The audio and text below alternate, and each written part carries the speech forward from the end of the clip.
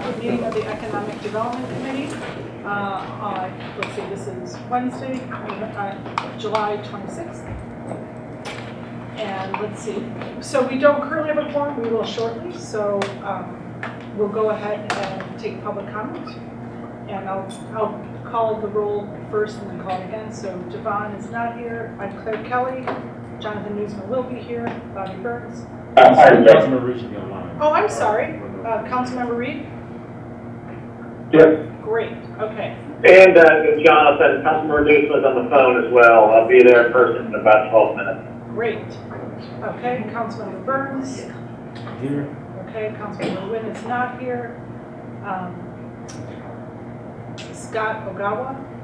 He has resigned. Okay, and Eli Klein.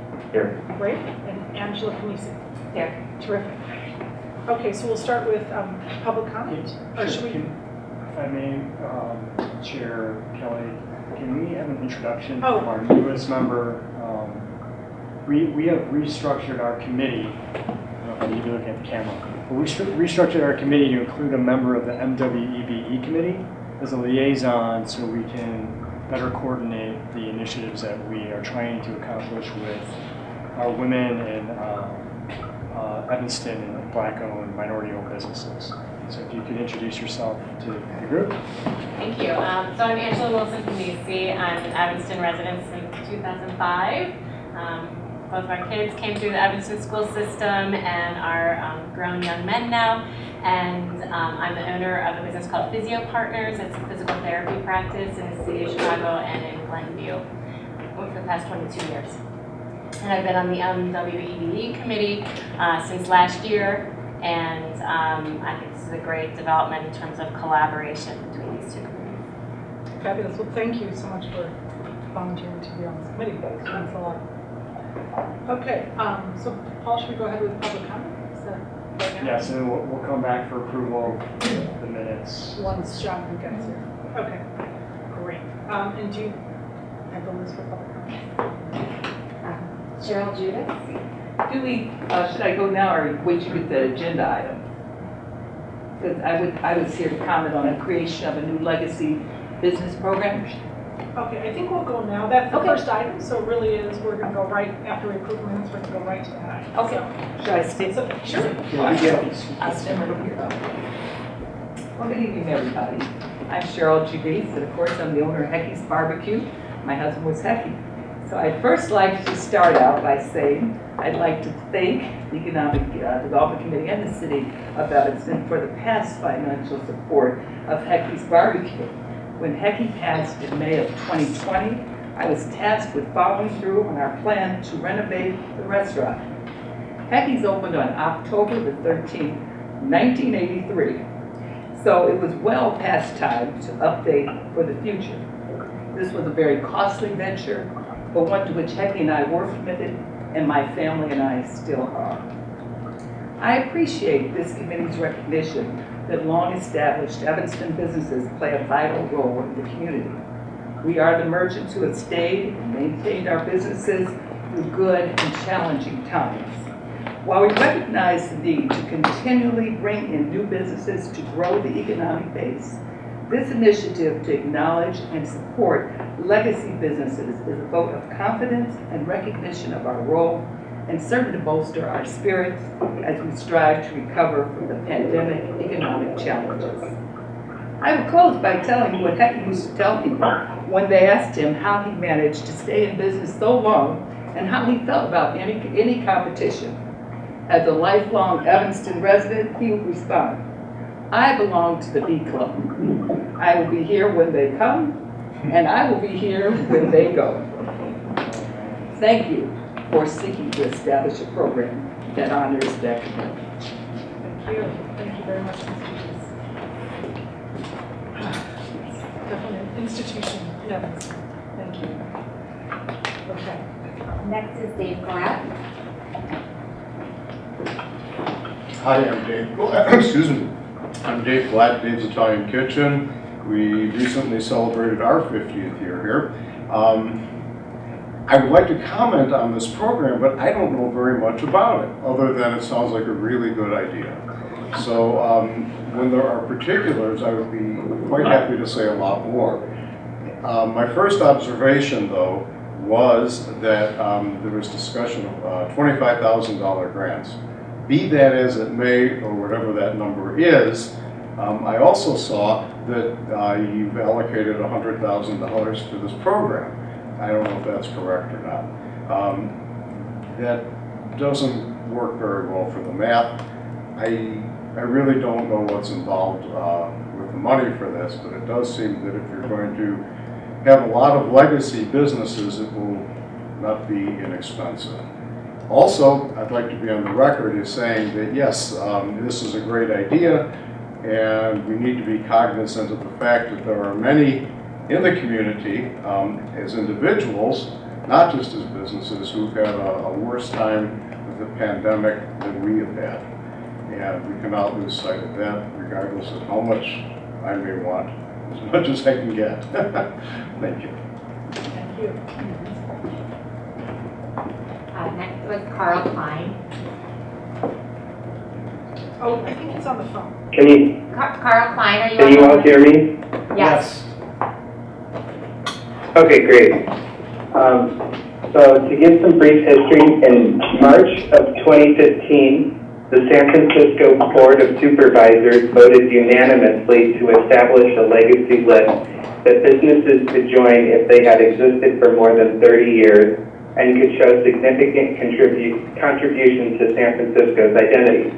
In November of the same year, 2015, Proposition J, a legacy business historic preservation fund, was on the ballot for voters in San Francisco, and it was widely approved by San Franciscans. Earlier this month in July of 2022, the Los Angeles City Council approved the creation of a new legacy business program. The Los Angeles Conservancy strongly advocated for the creation of this program that offers much needed funding and technical assistance to longtime businesses. So now Los Angeles joins other cities that have already created successful legacy businesses, which include San Francisco and San Antonio. It would be great for Evanston to establish one of the first legacy business programs in the Midwest.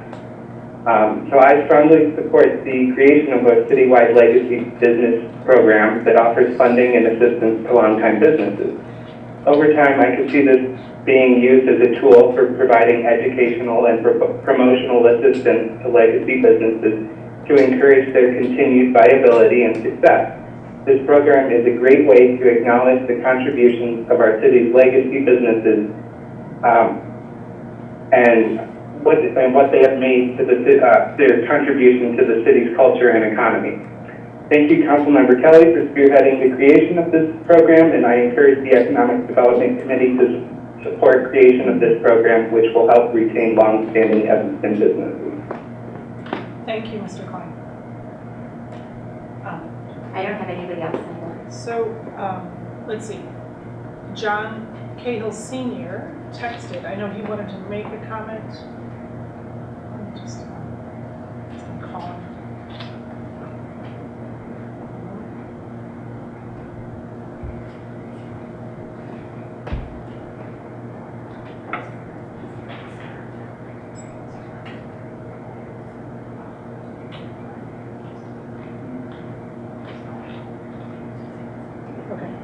Let's see.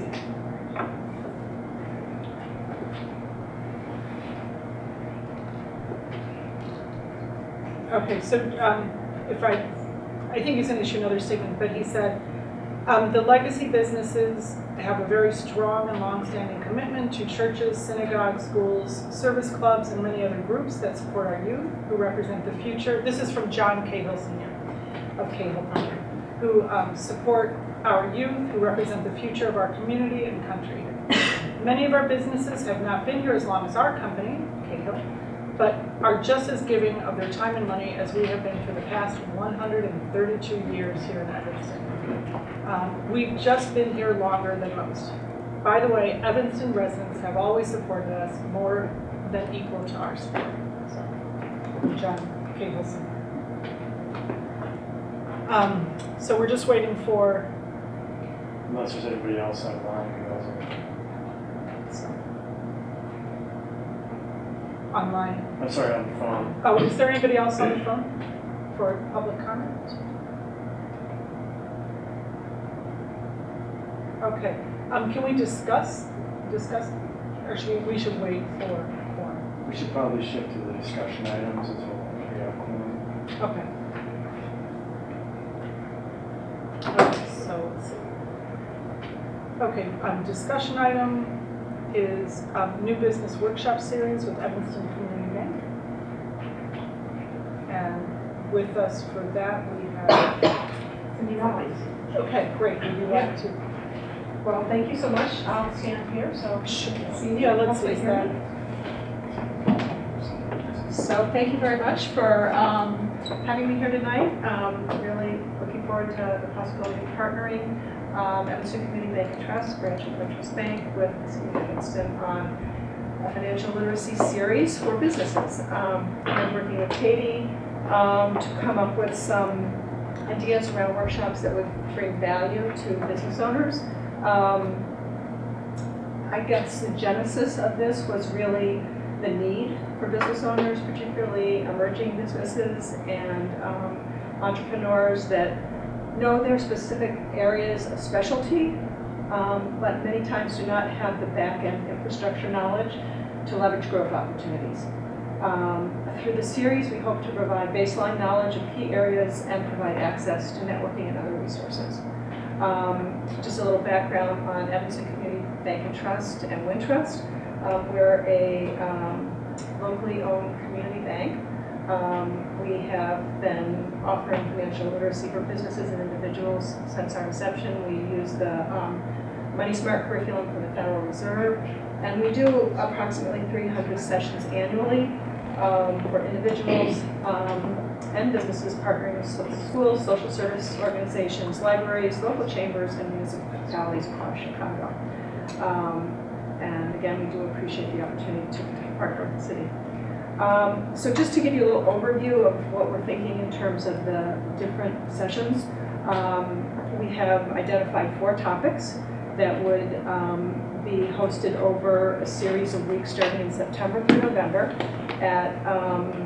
We're thinking about hosting them at the YWCA on Ridge that has really renovated community space. All of our presenters are Evanston-based businesses and residents, and 2 of our presenters that we're recommending are actually entrepreneurs in their own right. So the first session is called Business Formation, How Entity Choice and Structure Impacts Your Business. Our presenter is Jessica Oldani, who focuses her efforts on supporting entrepreneurs and small and medium businesses to work through legal aspects of business ideas, growth, and change. Oldani Entrepreneurial Law was founded in Evanston in 2013 and is headquartered on Main Street. And the focus of Jessica's presentation will be why it is important to have a defined business structure and the considerations involved in choosing what your business structure might be. Our next session is the story behind the numbers. What is your business telling you? Our presenter would be Amy Seisel, who's a CPA and founder of Claritas Accounting Group. She's also a QuickBooks Advanced Certified Pro Advisor. She has previously founded and scaled several startups and brings her real-world experience in advising her clients. She also founded her businesses in 2013 in Evanston, and she's headquartered on Custer Avenue. Our third session is Borrowing Basics, when to consider taking on debt. Our presenter is Megan Tolmer, who is an Evanston-based lender with Evanston Community Bank and Trust. She focuses on small business customers, and she's been with the bank for 8 years. She will discuss how to effectively use debt to grow your business, types of credit facilities, as well as when it's appropriate to seek funding from a micro lender or a traditional financial institution. And then our final proposed session is how to talk to your banker, why having a relationship with your banker is important. And our presenter for that is Kurt Hansen, who's our branch manager at our Evanston Community Bank and Trust Grove location, and he's been with the bank for 11 years.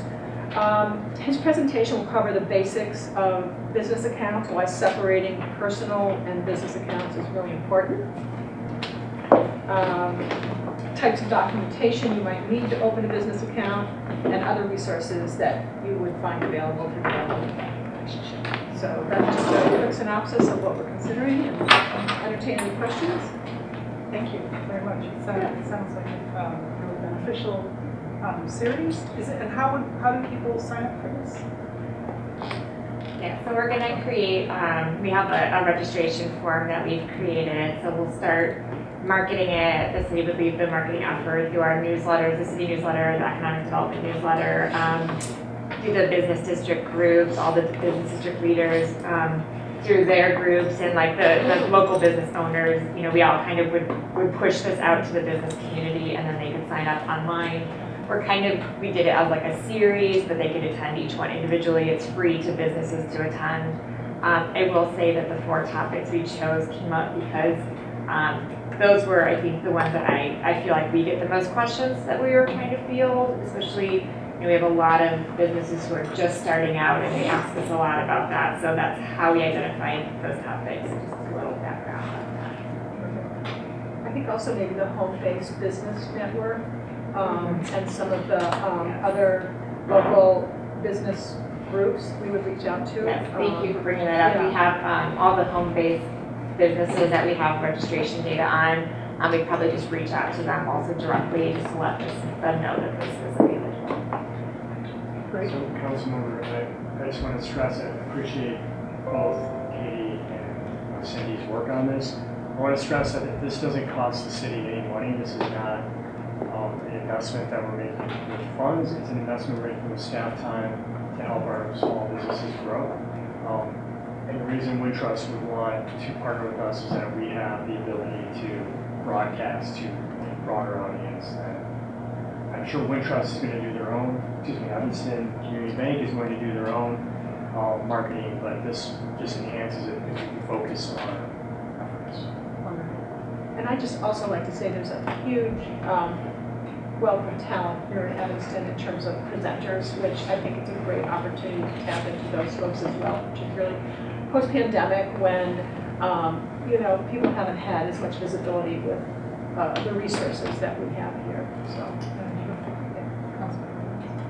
Yeah, first just wanted to acknowledge that, you know, although Evanston Community Bank and Trust hasn't been in Evanston for long, you hardly can't tell because of the hiring practices. I know a lot of people have had opportunities to work there and work there now, you know, through supporting the nonprofit community in these initiatives. So I really appreciate all of the efforts of Evanston Community Bank and Trust. It means a lot. A few comments. Just a quick one is the story behind the numbers. What is your business telling you? I feel like that's missing something. All the other ones you read it and you know exactly what you're going to get. That's the only one that is a little confusing. I don't know what I'm going to get from it, so I would tweak that a little bit. I don't know how, but I'm sure the author can figure that out. Yeah, and our discussion around that has been, you know, keeping it relatively simple, not making it too Definitely complicated, simple. and you know, focusing on basics on balance sheet, P&L, and then how to read those and how to interpret what they're telling you, and that's kind of the thinking behind it. Yeah, no, I think I have a sense of what I would learn there, but it's not as straightforward and direct as the others are, so I would just take another look at that one. Another thing, I think in addition to these in a future series, I always appreciate when you plan these around member organization meetings because, and I say this all the time, probably a broken record, but you know, you can hope to get 5 to 10 people to show up at this date, at this time, at this place. You hope they show up, but if you work with a member organization, their members are going to show up on this date, at this place, at this time, and so you know you have an audience of 20, 30, 40. So I think like the Foster Senior Club, you're going to get 30 people every meeting. It's not an if, it's an absolute. And so if you picked a topic specifically for that group, you know you would have an audience of 30. And so I think this is fine for this time around, but I would say during the next series, you know, work with a few member organizations, and there are a few in the Fifth Ward around Evanston that I could recommend, and I think you'll have some additional success. That's a great recommendation, thank you. But other than, I mean, this is great. This is great. I assume we're promoting this through downtown Evanston, Main-Dempster Mile, Central Street. Chamber, Black Business Consortium. That was Evanston another Day. thing. Sunshine Enterprises, I Oh. think, probably has a list, and we can send that up. They'd probably be willing to send something like this out. Yeah. Sorry to cut you off, spark another thought. Yeah, as many groups as we can plug into to promote it, that's what we're looking to do. And, you know, to your point, Bobby, there definitely is value in plugging into an existing meeting with an organization because you've got a known headcount. And so this is really, I guess, a pilot, right? We're not, you know, I think if we got 25 people in a room, we'd be very happy. Yeah, for sure. That would be successful. That's, well. And it's possible. This, like I said, it may be a hit. These are some good topics, so that's all I have to. Okay. Thank you so much. Thank you very much. So this doesn't come back for action, does it? No. Because it's, okay. We'll take the feedback and incorporate it. Wonderful. So now we have a quorum.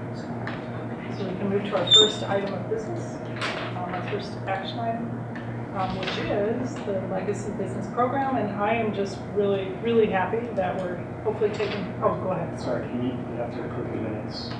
Oh, the minutes, I'm sorry. Is there a motion to approve the minutes? Thank you.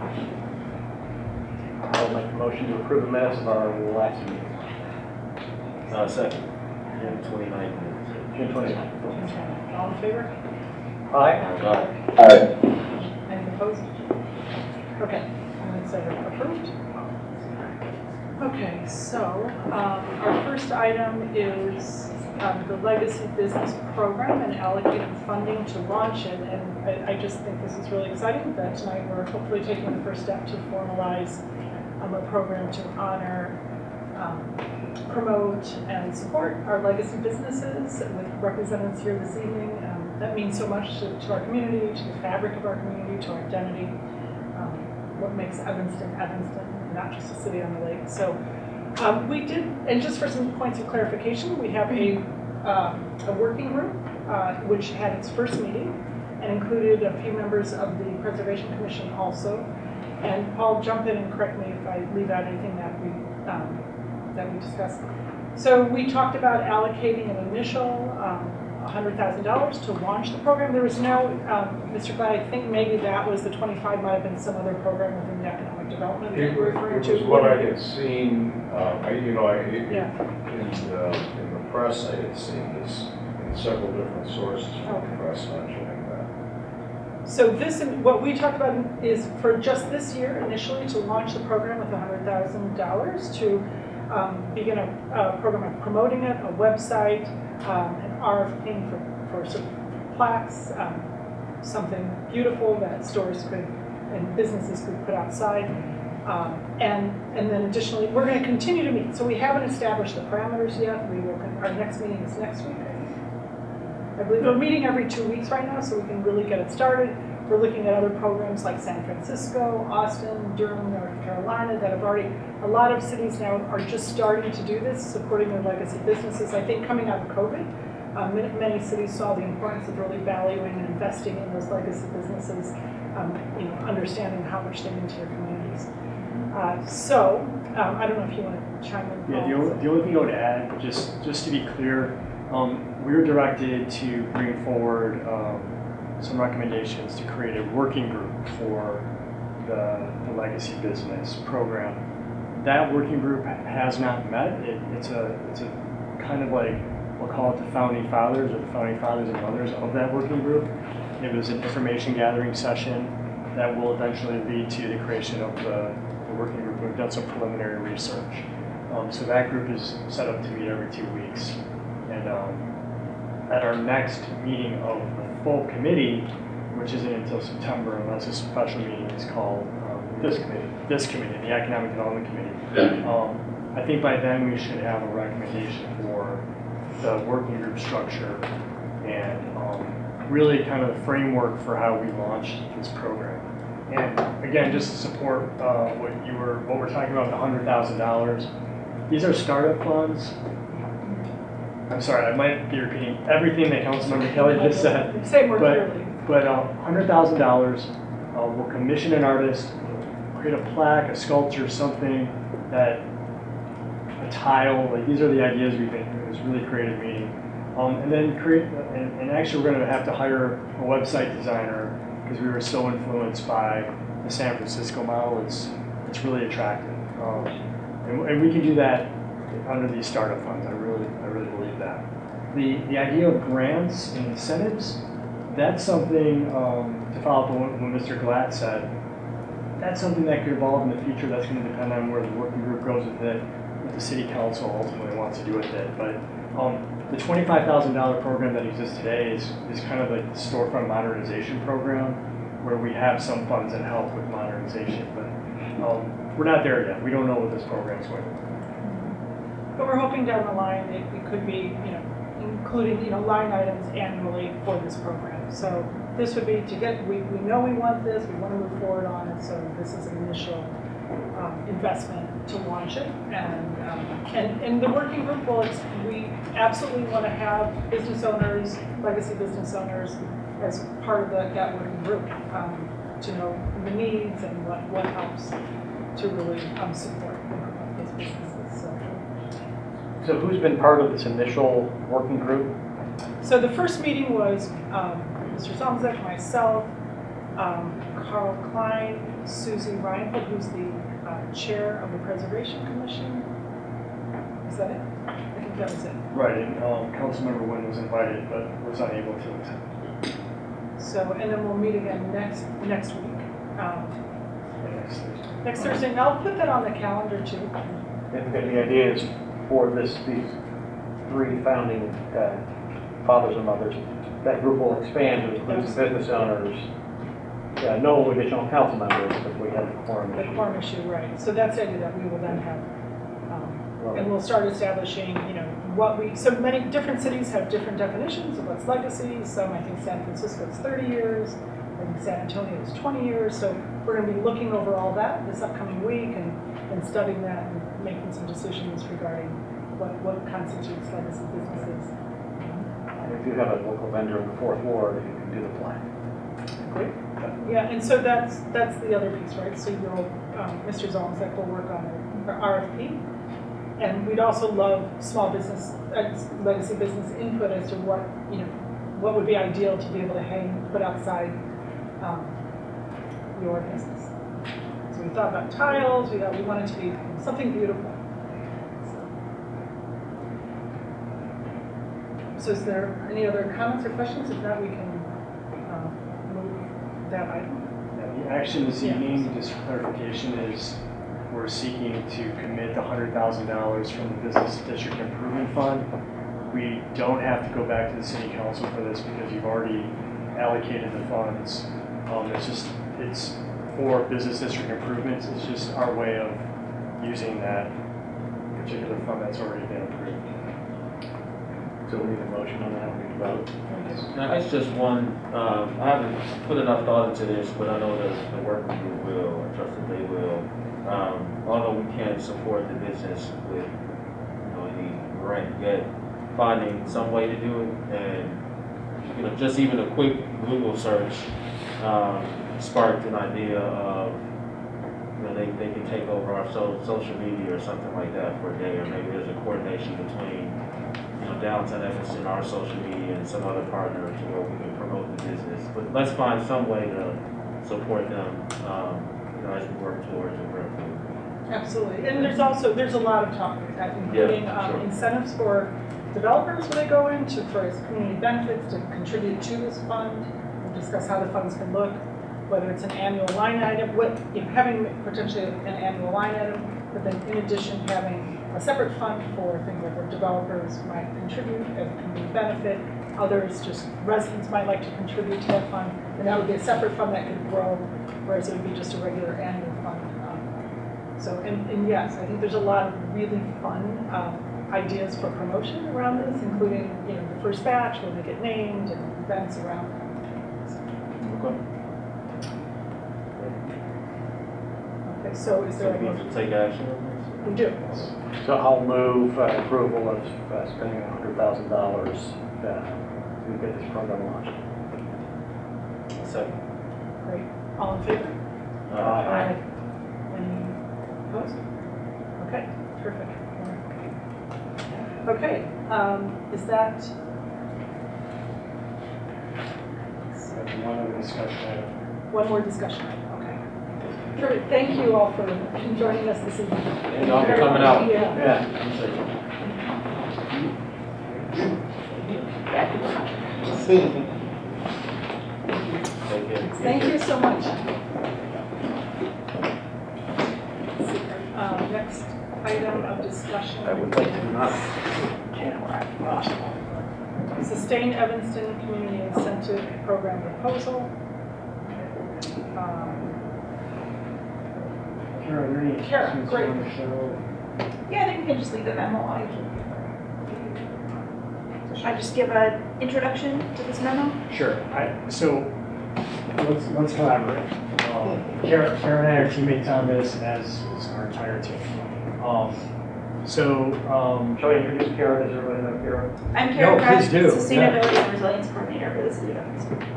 And I can just talk through this if that Sure. makes sense. But I want to tee it up as we've been talking about connections and interactions between divisions and functions in our city for a long time.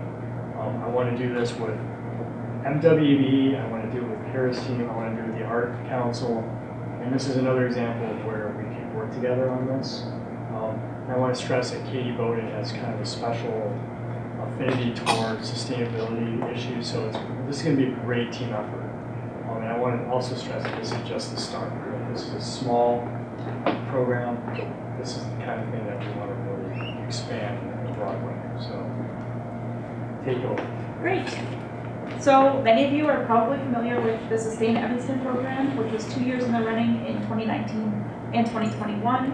And that was a program that celebrated the existing leaders in Evanston that were already doing things related to sustainability. And so it was a small monetary award, $250 in 2019 and $350 in 2021 to celebrate those accomplishments in sustainability.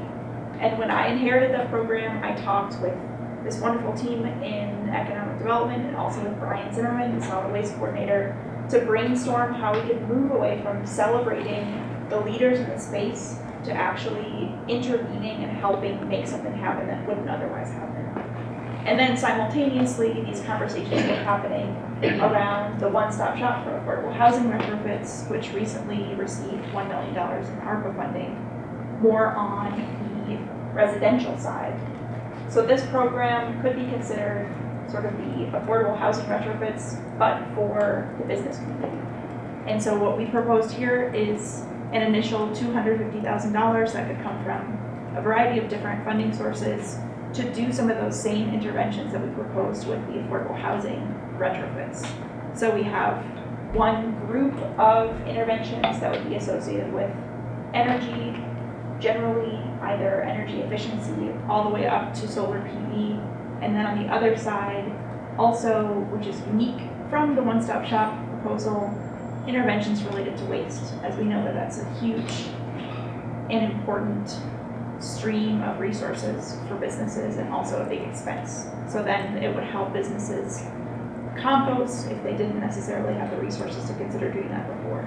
So it's, in essence, a small grant program ranging from $1,000 over $15,000 depending on the scale of intervention that the business applies for. And then we would get a team together to determine exactly what would make most sense. So right now, this is just for discussion because we wanted to hear some feedback before we really got into details about what this would look like. But I don't know if the team wants to make any other clarifications. I think we treat it like we treat a lot of our grant programs. Probably expect a match. We'll have, as I highlighted, or as we've highlighted in this memo, we have, if we invest in a company and they leave, there's a burn-off period of that grant that they owe us some percentage of it back, so that addresses clawbacks.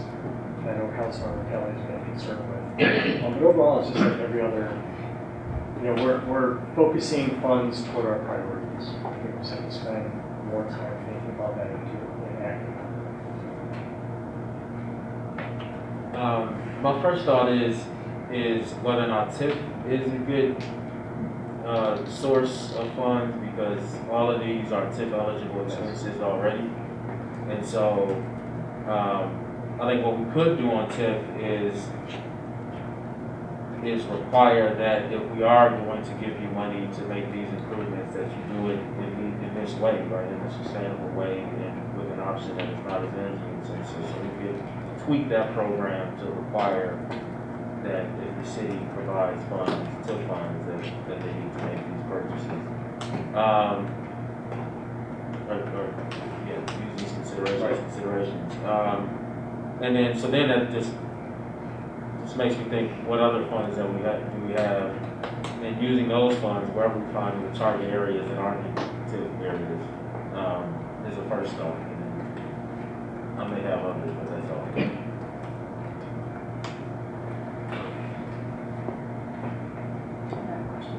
Yeah, is there a cap on, in terms of like how, so is this for businesses that are struggling, or is it for, can anybody apply for it, or I would assume it's local, or, I mean, not formula businesses?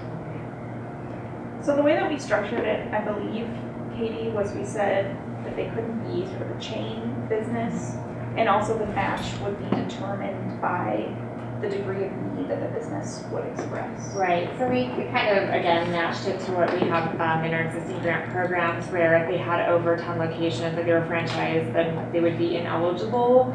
They do have to have their location in Evanston, be a registered Evanston business. But that was really it. I think we would want to encourage any Evanston business that would meet the criteria to apply, and then we kind of put in there the considerations that, we were talking a 50-50 match, but depending on financial need, we could structure it accordingly, depending on their project and the needs of the business. There's a specified sort of list of acceptable improvements, or is it something they propose and then you decide, okay, this meets the criteria? So in this proposal, we have a guided list, but if someone comes up with something that would still reduce the carbon footprint of the business in a tangible way, or is outside of the realm of exactly what we had prescribed, I think that our group would consider that. Yeah, I think we would review them, and one of the eligibility criteria would be that it whatever the project is meets one of the CARP goals of the city. Okay, so that would be a staff review with this combined team. We hadn't really talked exactly about how to do that. Do you have any feedback on what you would like to see? I think the same brain trust that put together this concept can do the initial staff review. And then it would come to Economic Development Committee for approval or recommended approval, and then go to council. Well, I would recommend that at least at first, just so we can see how it's going and get feedback, but it could turn into like some of the other programs that Katie's helped us make more efficient. So it got to the point over the years where projects were kind of always approved, like entrepreneurship grants, where you're a small $1,000, $2,000, $3,000 grant, and we'd make people come and present, and it was fun to celebrate that at first, but then it became, I don't want to say rubber stamp, but it was like, okay, we're meeting the standard, we're helping, let's just make it efficient from a meeting time perspective, but also not making people sit in the council chambers for an hour to get their approvals. Right. So I think that's how this would work out too. Like, So authority would eventually be delegated to this committee to grant the award. right. That makes sense. And even to the point where once there's comfort with the program, that there's some administrative staff approval with a report or communication to the committee and council. Yeah. Down the road. Love it. I think it's a good use for ARPA money too. We're looking for ways to use ARPA to support our sustainability goals. And we can justify it as an ARPA expense one way or the other under. I think we can. When we checked in with Sarah Flax on this, we put it in the memo as a potential funding source. We feel pretty confident that it's eligible. Just asking if the one question about the clawback mechanisms. So, I know these are small grants, but business leaves Evanston, what are, we get to take the small claims court to get your money back? What does it see to? We've had various experience with this, particularly with the storefront modernization or facade program. Sometimes we just waive it because it's such a small amount, but there are times where we've had to try to pursue through legal action. I doubt we would devote time on a $1,000 grant, but I think to protect taxpayer dollars, we should have that structure in place and set that expectation.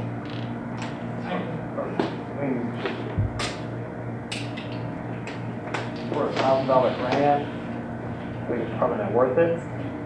At some point, it becomes worth it. And so looking at the fifth tier here, 10,000 plus, I think it would make sense to have some clawback mechanisms in place. But for first, second, maybe even third tier,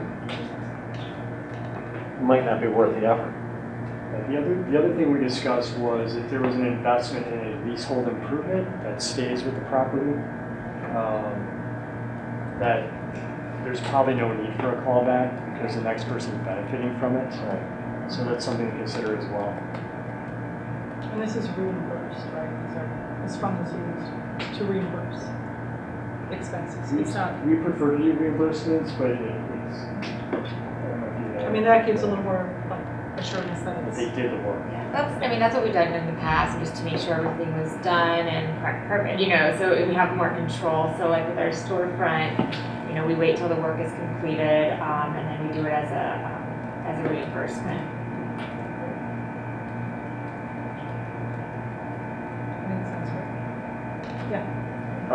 Sorry if this is a silly question, but just because it mentioned the 2-year pilot and then finding sustainable funding sources if the pilot is successful, how do you evaluate success in something like this? So we would use a lot of the same metrics that the one-stop shop for affordable housing metrics uses, and then also we would have metrics associated with waste as well. So in the initial categories of both the project examples, there's sort of an audit process that would take place. And so one of the most important metrics is their baseline waste metrics, for example, or energy metrics, and then comparisons after the intervention and how successful that was. And if we can show and demonstrate a proof of concept, then it would be my hope, and I think our team's hope, that this could be funded longer term. Makes sense.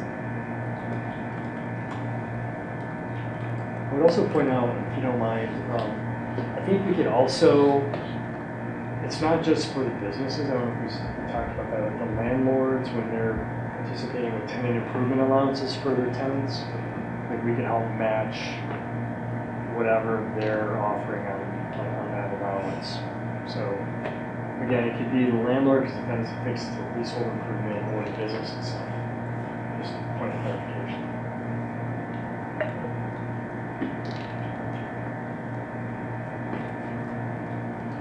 There's also something that I failed to mention that I think is one of the most exciting aspects of our proposal is the creation of a network. So presumably the grantees, upon notification that they would receive an award, we had talked about getting them together so that they could share best practices, because that is something that was so promising about the Sustain Evanston program, is to have this group of recognized businesses together either on a website or receiving the same information. And so we also talked about having that network where shared practices could be shared, for lack of a better word. And this is Ryan Zimmerman, solid waste coordinator. I don't know if you have anything else to add. No, I think a lot of the projects, I think there's a definite desire. One of the ones that I'd love to highlight is the potential for capital.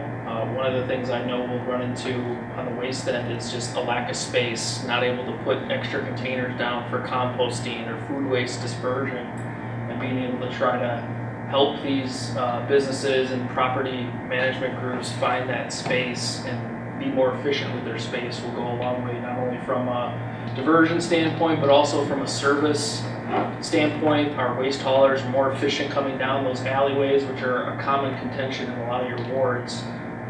this will help hopefully find ways to alleviate some of those things and kind of unique and kind of breaking ways that we can try to carry to other places. What does, under the eligibility requirements, participation in Sustain Evanston program, what does that entail? Is that the network you're talking about? Right, so we would expect there to be some sort of meeting where everyone could get together and share, first at the beginning of the program, share their goals for what they want to accomplish, and then at the end to share some of the metrics that were mentioned and share some of the lessons learned.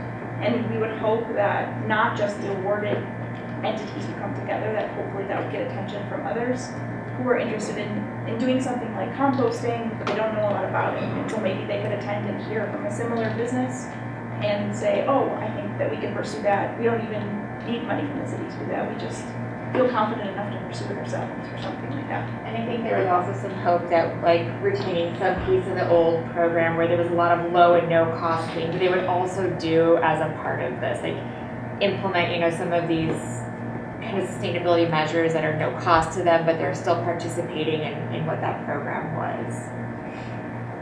Could we consider making recycling a requirement for eligibility? I know we just approved the new recycling contract.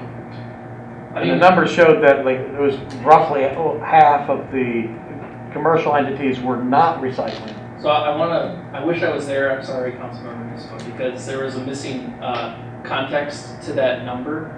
One of the things that's listed in that part of the service is that a large portion of the apartment buildings are being serviced by the city for recycling services. It was a program that was done back in like 2019, 2018, and the city took on responsibility for like the larger scale apartment complexes to provide them some element of recycling. So that number's a little depreciated on that side. It's actually, I just finishing up the numbers today, it's probably around like 65, almost 70% of the commercial accounts that are under the commercial franchise have some element of recycling currently going on. So it's not as dire as it seems. I wish I had that context, but it is probably something we want to look at eventually being a requirement, and this could maybe be a really easy way of having something, so I'm open to that. Yeah, I like that. Yeah, I also like that idea of having some demonstrable, some show of effort, besides beforehand, before to show that there's been an effort. And we just made it easier by increasing the free service for recycling, so there's really less and less reason not to do it, so it makes it easy to kind of make that. Maybe there's other means too. Yeah, as long as we're talking about it, what if we made electricity, purchasing green electricity a requirement? Maybe there could be a menu of that you show that you, whether it's purchasing green electricity, recycling, just to be able to check a few boxes before, to be eligible. I think that's kind of the fact that we had when we said participate in the Sustain Evanston program. It was exactly that, it was like a checklist of things and you met X amount of criteria to be recognized. So it could be something very similar to something like that. Yeah, we will want to keep it fairly simple, right? We don't want to create a 5-page calculation to hand out $1,000. But whatever incentives we put in place to encourage the behavior we want to see.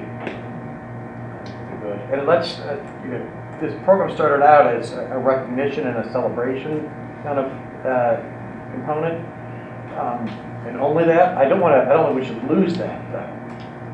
But I love the direction we're taking it here. But we should still be recognizing the businesses that are doing this work, going above and beyond. And like what Councilmember Burns said, just sharing our social media with them for a day or something like that. A low-cost way of spreading the good work, spreading the good news. Thank you. Any other questions or comments? So Mr. Zalmazek, do we, with this item now? Well, I think we got good feedback. I think the question is, when do we come back with a full program? I think that's probably in the fall. I don't know what the timing is. What we have in mind. So So come back here. It would come back here for a formal request with a program guidelines, funding, and then I suspect we said in the memo that we would like to ask for a quarter of $250,000. If you want to say quarter of a million, that sounds much more. From ARPA to get the ball rolling on it, and that of course would require council action.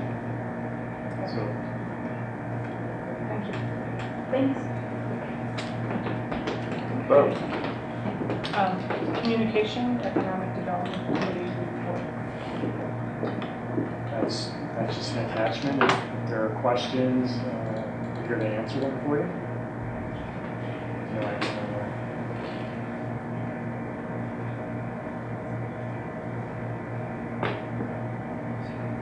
Any highlights? I'll share a few highlights. We talked about downtown Evanston. The movie theater is still plugging along. Do we have a date? Yeah. The date is obviously, it was Thanksgiving, then it was Christmas in January. So now they're saying July, but it's almost August. So honestly, there's some action. They have applied for permits for a food establishment to have temporary concessions. So I know they're making a move. They got their liquor license. Did they get their liquor license? So those things are happening. It's just not firm yet. They told them in the summer, but they're still on that timeline? Well, so I don't know. That's what I thought they said. But I'm still on work on that. Well, so just to be clear, the work happening on the theater is not likely to be visible from the street because we're working on the 12 theaters on the north end of the property. It's all interior. I suspect when they open, they'll be transitioning slowly into their full. Like they're not going to open a brand new theater. Like they're going to be using some of the facilities that were already there. And I feel like the grand opening is not going to be as grand as we'd like it to be because I think they're going to be building out their final product over time. And they're struggling with staff issues. But the rest of the project is coming along. The demolition on the Cine Art space is proceeding for the trampoline park. There's Is the trampoline in Urban Outfitters? Is that? Yes. It's not going to be climbing, no climbing. Climbing is not happening in that space. So the trampoline is definitely. There are other businesses that are also pursuing space. I believe I'm not at liberty to talk about it unless you want to mention it yourself. So there's Working a lot on it. Working on. Okay. So that's that. We are continuing. Just so you know, I want to bring up the Clean Team. The Clean Team proposal, which is this enhanced cleanup of our business districts, a group dedicated to that on a daily basis. It's going to come to the City Council on September 12th. We have a recommendation, but we want to make sure that you do all the math before so you understand how the investment is also allowing our staff in Public Works, the special service area staff, to devote their time to work that is otherwise distracted by having to clean things up. So if we have a clean team in downtown Evanston, Annie Coakley can take her $50,000 or $75,000. It doesn't do a lot for cleanup, and she can put that into a marketing campaign or events. So, and that happens in each of the districts. So I'm excited, and I want to make sure that I demonstrate that to the entire council. And then you all have been contacted by the Interface Studios consultant who are working diligently on this business district strategy and implementation plan. And I think we've all been pretty pleased with their performance so far. I mean, again, July and August is their time where they're gathering information and doing interviews, and they're going to be setting up a task force. And I always miss the third one. The task force is a focus group and there are interviews. So business owners, residents are all going to have a chance to serve in some way, whether that's an hour interview, sitting on a task force, or sitting in a focus group contributing to that. Katie, are there any other events that have happened recently? Or? So just a quick question on the interface. So is that posted somewhere? It's in their proposal. We could probably create a web page that. There is a There's a Evanston.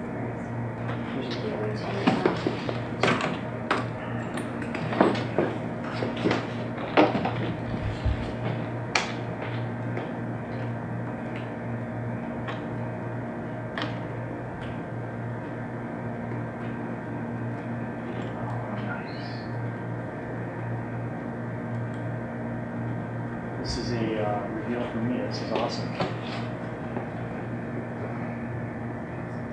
Yeah, this is their project timeline, and they're on this. They're meeting this target. I believe they will update this as they have anything else, but this is kind of, yeah, just where they're at right now. So if anybody wanted to participate, like business owners, or how would they get involved? Okay, so there's a number of ways. One, you could have them contact our office. Two, we have a massive list of individuals, business owners, people that council members have referred to us. It's a very long spreadsheet, and people have already been contacted. So if somebody's actually watching this video later and you're interested in participating, you can contact our office. All of our contact information is on our economic development webpage, and we would love to get you involved. And I think soon, like within the next couple of weeks, is going to be like an activation mechanism, like in storefronts, posters, signage, things that are like people are going to start seeing this. I would ask each of you if there's somebody in your community, in your ward, in your friendship circle that you would like to be involved. Let me know. I know early on, Councilmember Kelly introduced me to some experts in the retail field who agreed to participate. Thank you. 1601 Simpson Street, I think it's unit number 3. I'll talk to you a little bit about that, Paul. The owner has a property manager that they're working with, Skyline Realty. Let's just go with that. If you can reach out and just get a sense of if they have anybody that is interested in, if they have somebody already that they're that's going to sign a lease soon. If not, I'd like to. I can talk to you about this later, but if you could do a community process where maybe with some community support, we do some type of thing where you can apply to lease out the space, and there's some city support, there's some community engagement and city support for the winter. I don't know, get creative. It's such a nice space, right off the corner of Ashland and Simpson. I think it could be a nice shop, and I'd love to try to stimulate some ideas from the community. Great. We'll check it out. How about the Orington Hotel? What's the status? The status is that this is reported locally from somebody who is in communication with them. I thought it was somebody out of Oklahoma, now I'm hearing somebody out of New York. So again, they're not giving us information. I've reached out to the company that owns the hotel, but they did say stay tuned to August. So again, famous last words. So not sold. This has not been sold. This is a complicated foreclosure workout. I anticipate, based on what the ownership told me, that we'll hear something in August.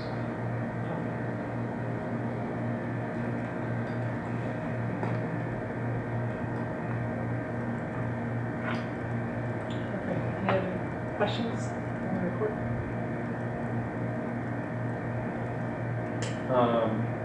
I guess generally speaking, every once in a while I get a call from someone who is just looking for a storefront space.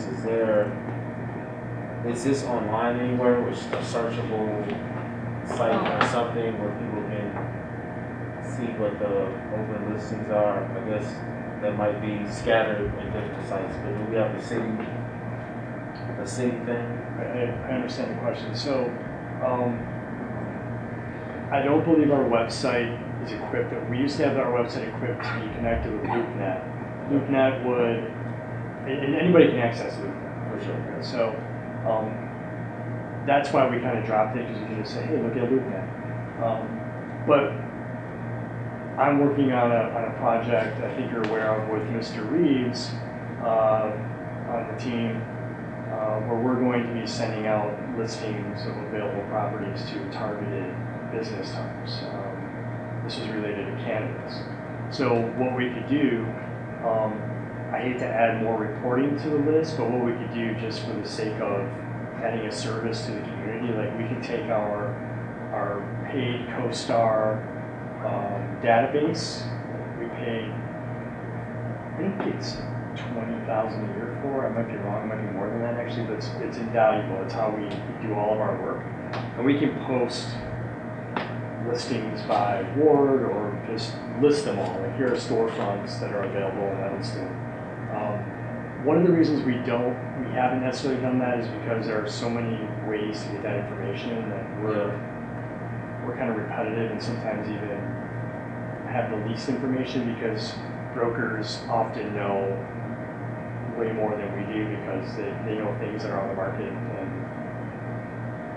But I think we should get back to it, Councilmember Burns. Like, let's put a list out there. My thought would be that you may know more than the listings are conveying, but if that's not true, then it's probably not worth it. But if you think staff does know, like, oh yes, it's still on LoopNet, but they're actually working with such and such already, but just something that is updated a bit more regularly. And it doesn't have to be everything, but if there's if there's a situation where something's been vacant for a while and like they're really interested in, I don't know, a certain use or, I don't know. We'll talk more about that. There might be something there that. I think it's an easy report that we can create. And so I appreciate the suggestion, especially post, kind of not quite post-pandemic. There's a lot of changes, so it would help just to have that information. I would add that having just somewhat recently rented commercial property, that is so vast in its offerings, it can be hard to sort through. Like the idea, if I knew I wanted to open a business in Evanston in this area and it was concise, would have some value. Right. And CoStar is a great resource, and we can set up a report where we're literally, obviously we're not going to do it every day, but it's probably every couple of weeks or once a month we updated our community isn't changing that rapidly. So I think it's probably worthwhile.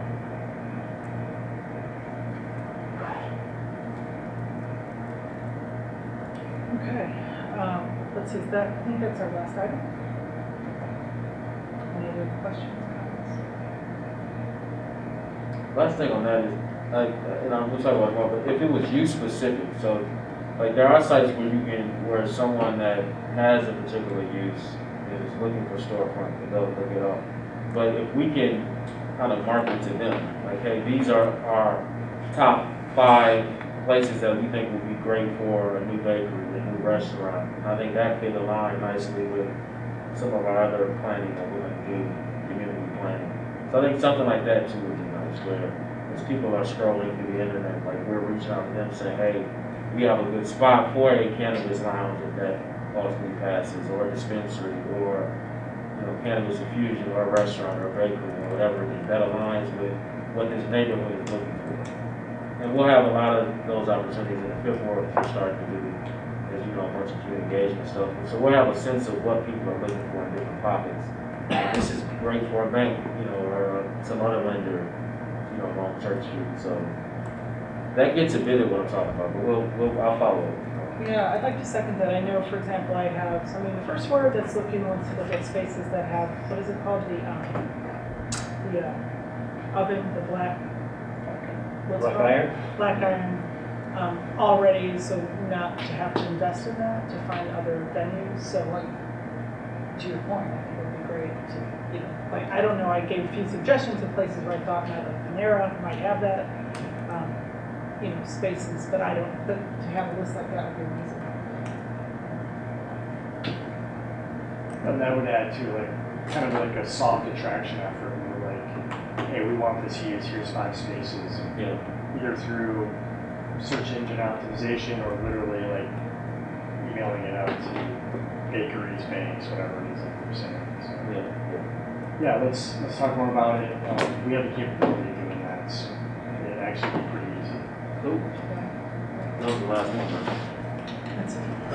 Okay, so do we motion to I will adjourn? move to adjourn. Second. Okay, all in favor? Aye. All right, everybody. Thank you both. Look like you got off the fishing boat, John.